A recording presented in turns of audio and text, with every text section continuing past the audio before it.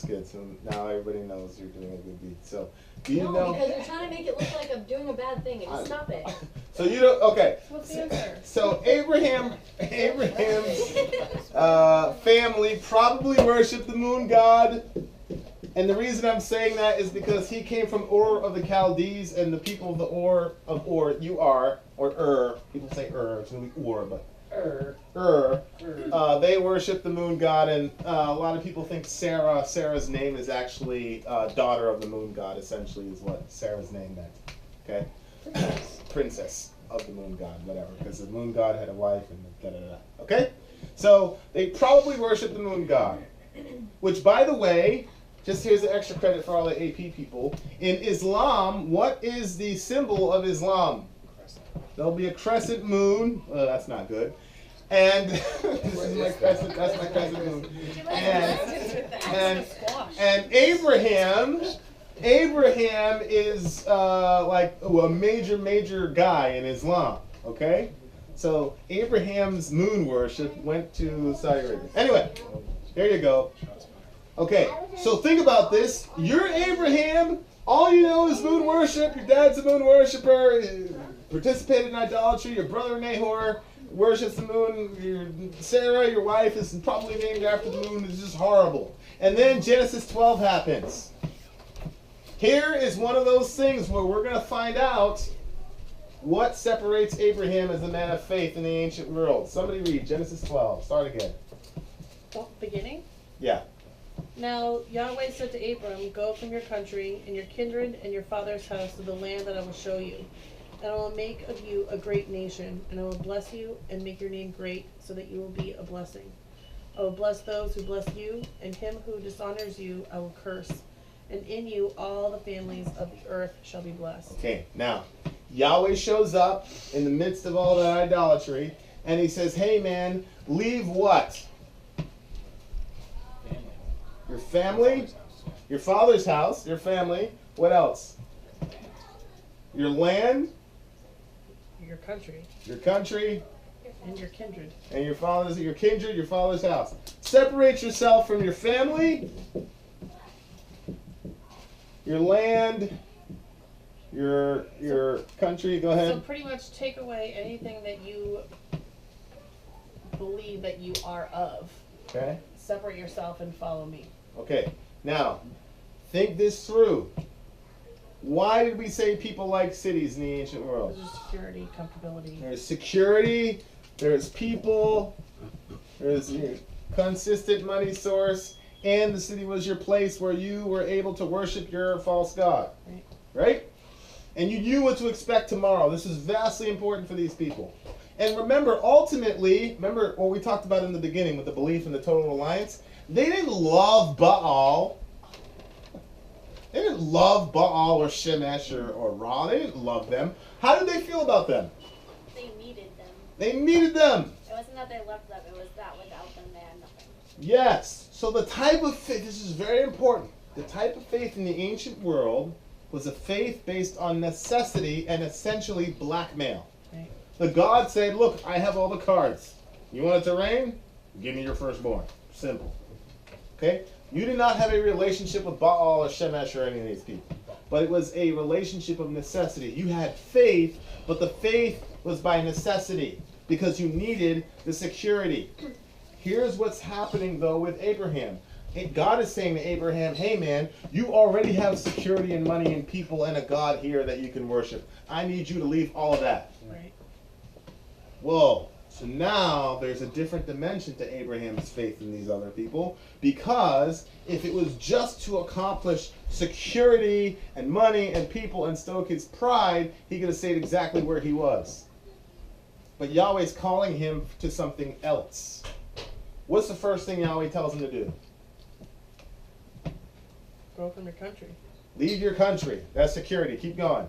Leave your kindred. Leave your kindred. Your father's house. Your father's house. To the land that I will show you. Why does he say leave your kindred and your father's house? Why does he separate the two? What is kindred? Very important question. What is kindred? Go ahead. What, the family? When it says leave your kindred, what does that mean? Isn't kindred your Is that like extended family? Extended family. Go ahead. What do you got? I don't know. What were you gonna say? That was your children. No, it can't be children. Abraham doesn't have any I children. know now, but I say that out loud. Okay. Relatives, extended family, nations. You remember in Romans 9 when he says, I have unceasing anguish, my kindred, my kinsmen according to the flesh. So kindred is your extended family, your relatives, and also can mean your countrymen at some level. Okay? Your patriotism. Okay? So on the one hand, he's saying, you're going to leave America behind and your father's house. Think about this. God, Yahweh, is telling Abraham to choose between what? Him or his family. Him or his family. This is the first time in the ancient world, probably, that the God comes down and says, I want you to what me more than what? Love me more than you love. Love me more than you love your own father's house. Right. Right? Leave all of them. Leave them all. Now think about this. In the ancient world, you wouldn't do this. Okay? Part of your living in your father's house was relational, but was also a survival mechanism. You did not have a police force in the ancient world. There was no police force. So if somebody messed with you, what would happen? You handle it yourself. You would handle it yourself. And really what it would come down to was, it basically was like it is in the streets. If you mess with me, people know if they go down to Lewiston, Maine, and somebody touches Maddie Mac, I'm going to come after them. So now they're going to leave Maddie Mac alone because they don't want to handle me.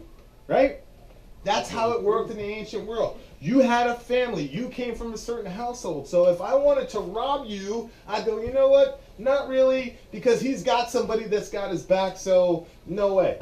Now Abraham, by the way, came from a very rich family. Okay? They were bowling. So he had a very high stature, so leaving that was leaving a huge security gap for him. Huge. And you're going to see how this plays out in Abraham's life. Now he's got no kindred, he's got no countrymen, and he's got nobody to protect him. Your family is going to fight for you to the death, right? Okay? And one thing, countrymen will fight for you, okay, but your family will fight for you to the death. Okay? God's saying leave all that behind. Now, what he's saying is, you are totally reliant on me for security, and what else now? Here's a new wrinkle. Relationship. Who's going to guide you? No more grandfather. No more brother. No more person when you're having a rough day outside. Who are you going to pull aside and talk to? Who do you have to be your friend? That's rough. What's Yahweh doing? Hey, Abraham, I'm going to be that. Right.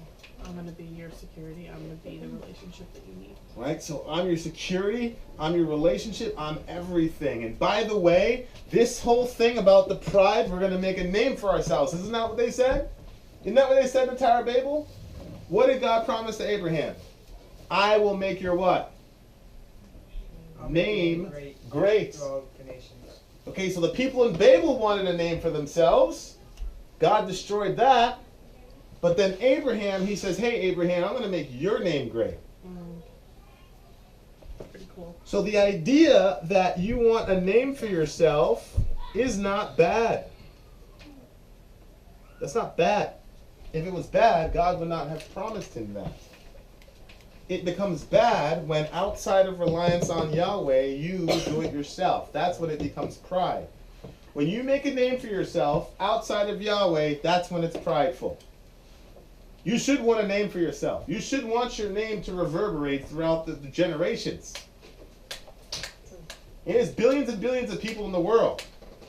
But you are a unique image bearer of God, and because of that, you should be known and remembered throughout all time. So that's not bad. Go ahead. Proverbs 27:2 says, let another praise you and not your own mouth, a stranger not your own lips. Yes, let another praise you and not your own mouth. And who was the stranger that was praising Abraham in this context? Yahweh. It was Yahweh himself. Okay? So, here's how faith is defined so far that's different from the faith in the ancient world from Abraham. It was not only about money and security, but it was also a relational dependence, and it was also a dependence for his very name. Which, I don't know, a name for yourself, what do you call that? What do you call a name for yourself? Self-esteem? Everybody thinks self-esteem is bad. Okay, well, God is saying, hey, Abraham, I'm going to be your self-esteem. I'm going to be your relationship. I'm going to be your security. I'm going to be your people. Because look, I'm going to take you out of your people and I'm going to create a people out of you. So now Abraham is being told to be completely reliant on Yahweh for all of this. All the things that his city and his family and the ziggurat was supposed to provide, Yahweh's saying, I am singularly going to take care of that. That's very different from the faith of the ancient world. In the ancient world, everything that you knew, that you felt was outside of your control, you gave that to Baal and Ra. But then there's things that you could control, like city and people and making a name for yourself. That was your arena, okay? But then all the things that you couldn't control, that was the God's arena. And Yahweh saying to Abraham, no, all of this is me. That is what was different about Abraham in the ancient world. You see, it's different. So, think this through. God shows up to a guy who's completely stuck in idolatry. How does Abraham respond? So he went. Read. Okay. So Abram went as Yahweh had told him, and Lot went with him. Abram was 75 years old when he departed from Haran, and Abram took, is it Sarah? Sarah. Oh, Sarai. Sarai. It's His wife. Sarai. Sarai, okay. And Abram took Sarai, his wife, and Lot, his brother's son, and all their possessions that they had gathered, and the people that they had acquired in Haran, and they set out to go to the land of Canaan. When they came, Now stop. Now, we always talk about all the faith of Abraham. Who else would have had to have massive faith in this situation? His wife. Right? She, at some level, would have had to have a little bit more faith than Abram, wouldn't she? right, Because how were women treated in the ancient Near East? They were not treated very well. Okay? So now, who at this point does Sarah or Sarai think she can depend on? She's in her house, she's happy, she's chilling, everything is safe, and then her husband shows up to her and says, hey, we gotta go. She goes, okay, where are we going? He says, I don't know. You don't know. Okay? Why are we doing this? Because of Yahweh. Who? Which one is that? Which God is that? He showed up to me, he says we gotta go, he's gonna make a great nation out of us. Great nation out of us. You're 75. We haven't had any kids, so do the math. She gets up and she follows him. Okay? And Sarah doesn't get as much credit as she should. That is huge. But in her mind, who does she have to depend on currently? Abram. She goes, man, you better make sure you know what you're doing. I got it, babe. So she's going to depend on her man. Isn't that true? The ladies, they fall into this thing, you're to depend on your guy. Okay, well, let's see what happens. Keep reading.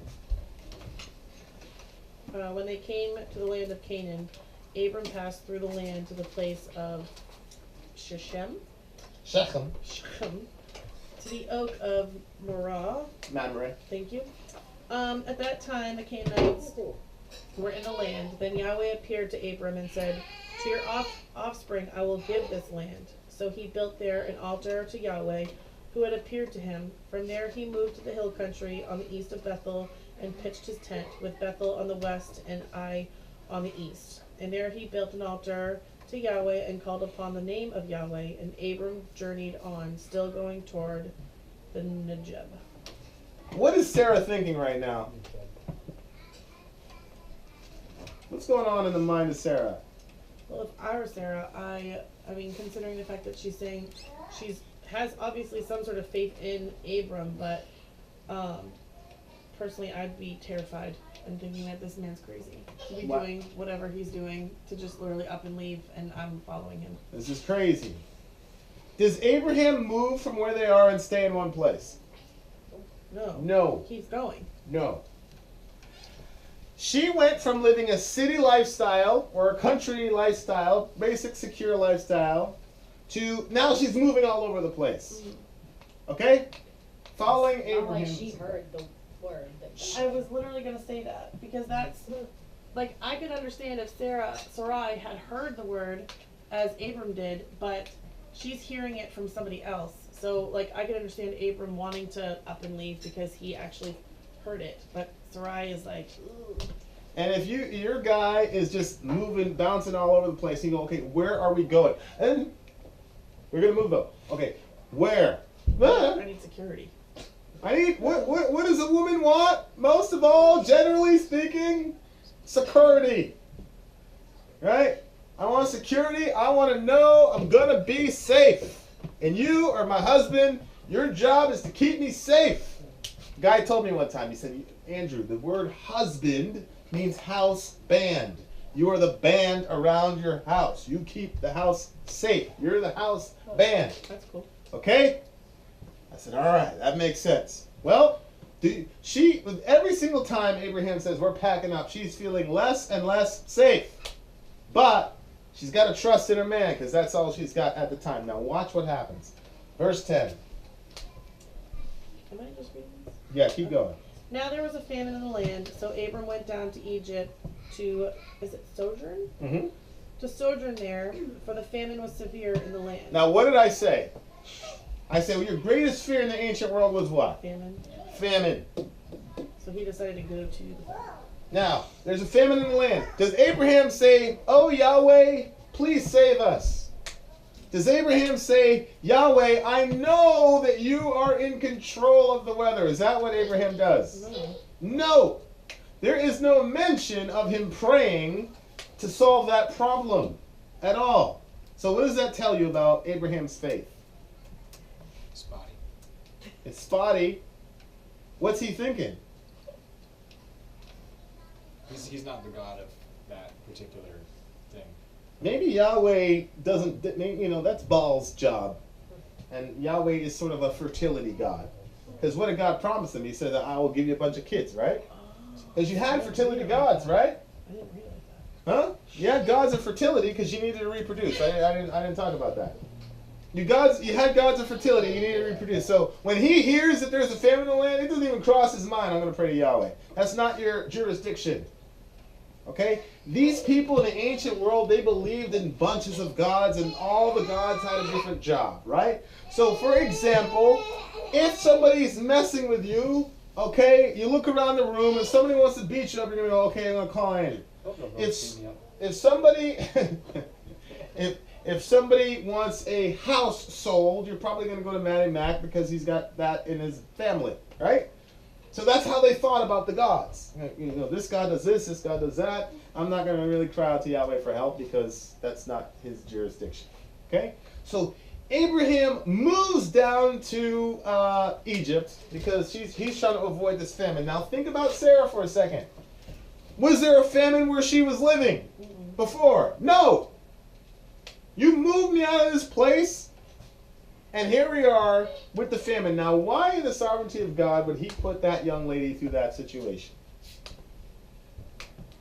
Move her faith from Abraham to Yahweh. Okay? I'll tell you something. I've counseled women over the last year and a half. This is a major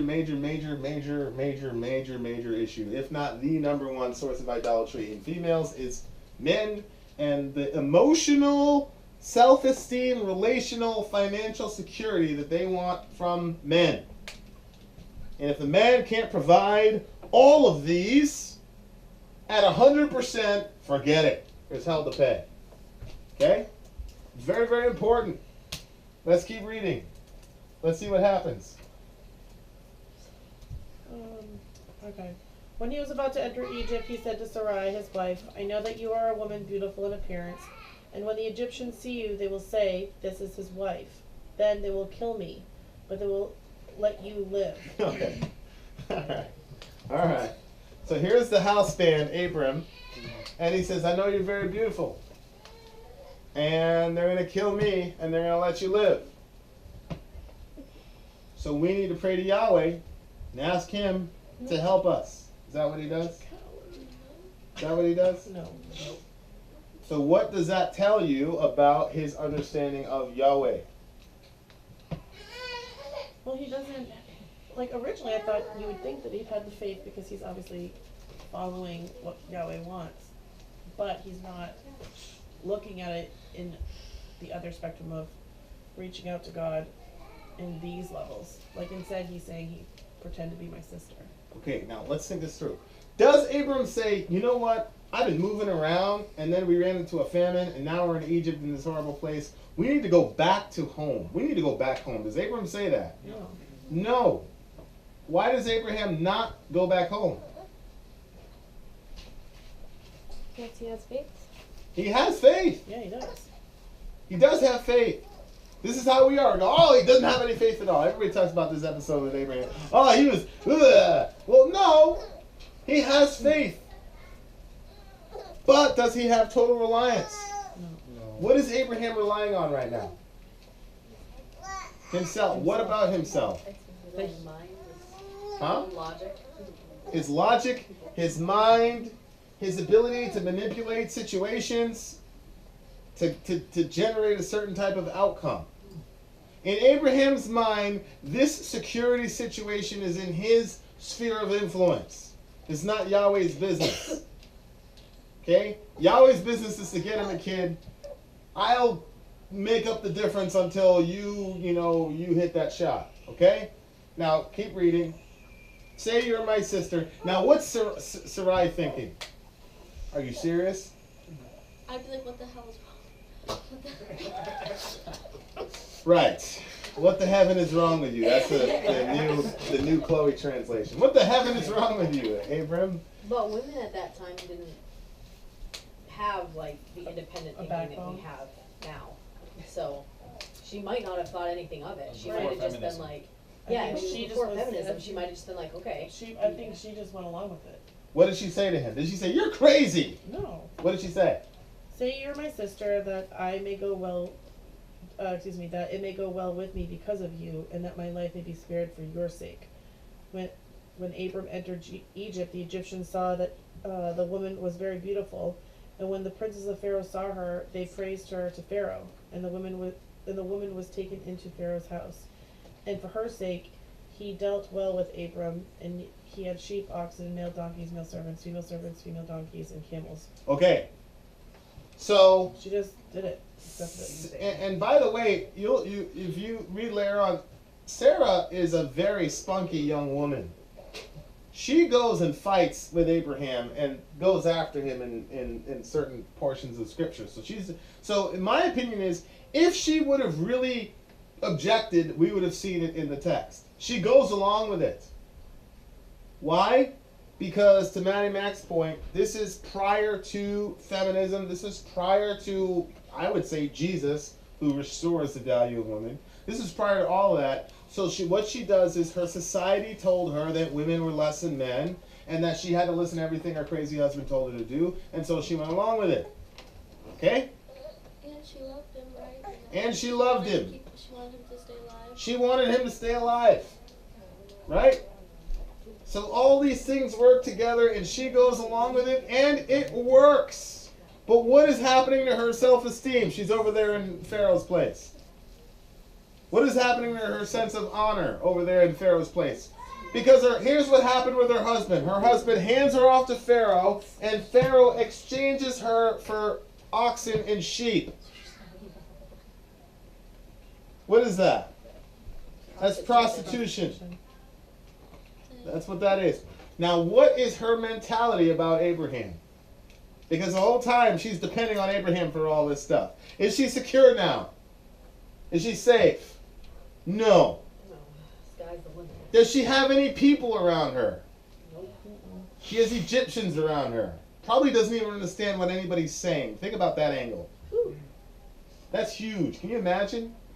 I drop you off in Afghanistan, everybody's speaking Pashtun, and you don't know what's going on. What about relationship? Is anybody there going to be her friend? No. What about a name for herself, her honor, her self-esteem? No. Abraham, who she most probably invested all of this faith and trust in, has failed her in all of these things. God orchestrated this situation, as difficult as that must sound, because not only does he want Abraham to have faith in Yahweh, who else is he going after? Sarah. Now watch what happens. Let's read the next verse. But Yahweh afflicted Pharaoh and his house with great plagues because of Sarai, Abram's wife. So Pharaoh called Abram and said, "What is this you have done to me? Why did you not tell me that she was your wife?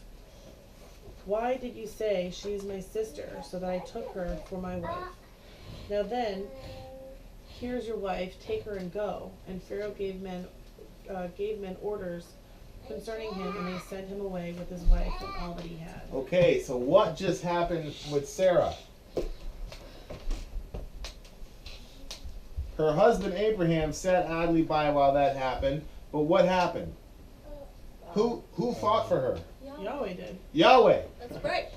Yahweh shows up and afflicts the house of Pharaoh with great plagues. Praise the Lord. Okay?